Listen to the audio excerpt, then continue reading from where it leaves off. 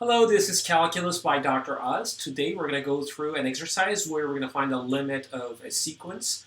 But to start with, first we're going to list the first n terms of the sequence, given sequence, and then we're going to graph those 10 points just to see if there's any pattern or trend, if there's any convergence to a number, or are the values getting bigger or lower without a bound. So we're going to check that. And next, we're going to verify our inference analytically by the tools that we learned earlier in the beginning of calculus. And if the sequence converges, we're going to find its limits. So let's hit the road.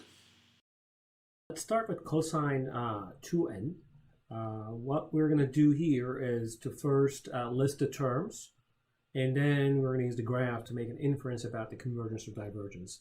What you can do from your end is that take your TI-84 calculator and start working through listing A1, A2, A3, A4, A10 by punching in cosine 2/1 in your calculator. Put it in the radian mode, by the way.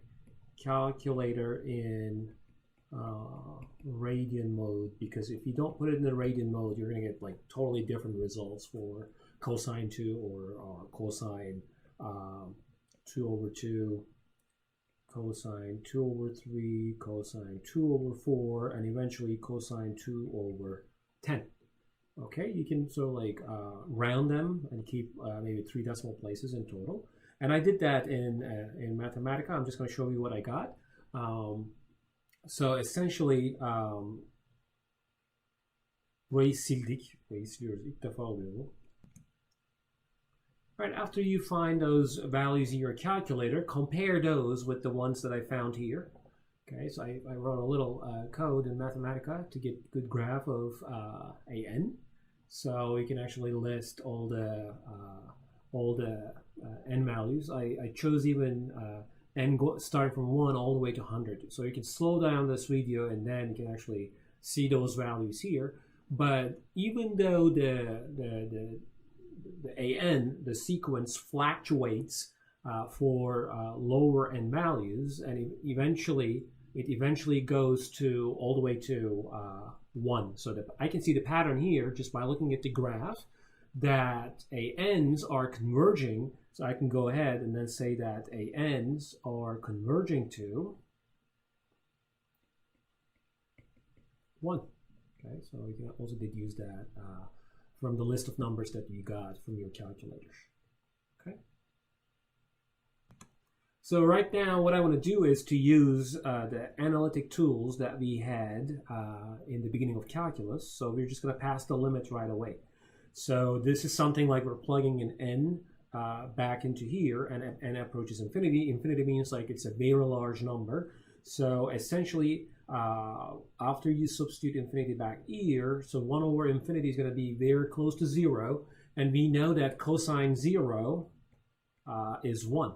So you can also get 1, the limit value 1, out of this analytic approach that we had in the beginning of calculus. So this also verifies our finding here that the limit of the sequence is 1.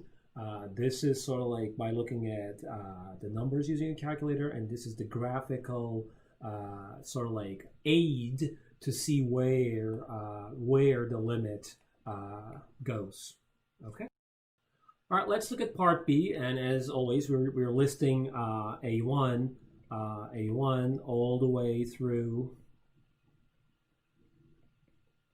A10, and simply we're substituting 1, 2, 3, 4 all the way to 10 successively for n in the description of an. So this becomes 1 over 1 cubed, which is 1. This is 1 over 2 cubed, and 2 cubed is 8. So this is 1 over 8.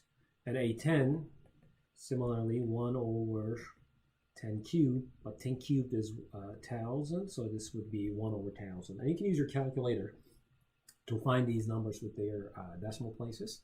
And let's see what's going on in terms of the graph. All right, let's check. So on the left, you can see the table here, all the n values and the corresponding ANs calculated with 6 decimal places. And then on the right, you can see the graph. I can see that starting from 1, the values of AN are decreasing all the way to 0. So by looking at, this is 0 obviously, by looking at the pattern here, I can go ahead and write down that AN, limit of AN is 0. This is me doing any kind of like analytic approach, but just relying on the graphing calculator and the table of values. So after we make this deduction out of the graph and the table, I can go back and investigate if there is the limit of the sequence coming out of an analytic approach. Again, this is us using Calc 1 skills. So here, it's me plugging in a large number for n. So you're dividing 1 by a very large number cubed. That's going to take you all the way to 0. Again, this is our skill coming out of Calc 1. And then this is us listing at least first 10 elements of the sequence. And in this case, I did for the first 50, in fact, 100. And to see where those numbers are going, as you see that those numbers are decreasing to 0 for larger n values, and again, the deduction here is that we made is the limit is 0 for this sequence. And finally, we have the sequence 2 minus 1 over 4 to the n, and again, we're going to list a1, a2, a3, a4, ... all the way to an, and do it like in a patient way with your calculator. So a1 is going to be 2 minus 1 over 4 to the power of 1, which is 2 minus 1 over 4.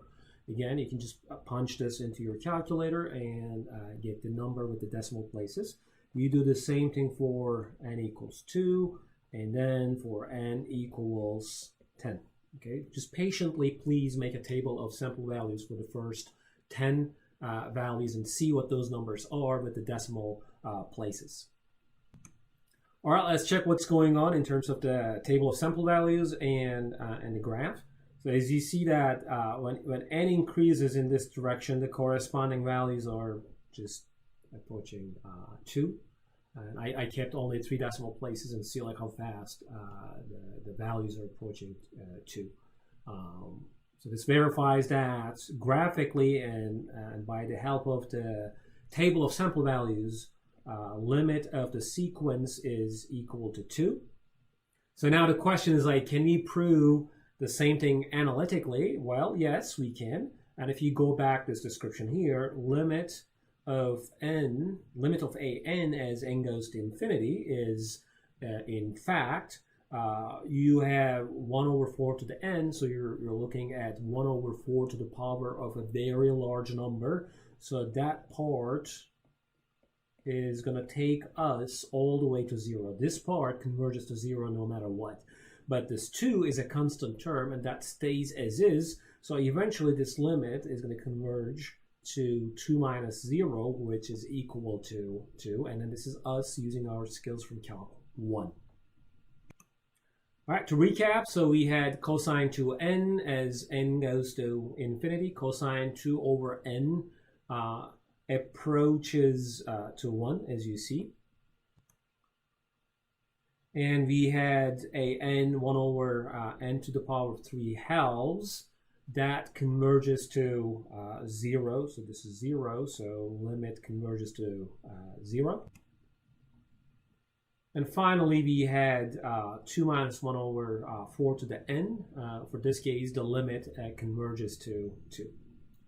All right, that's the end of the video. Thanks for watching. I'll see you in another video.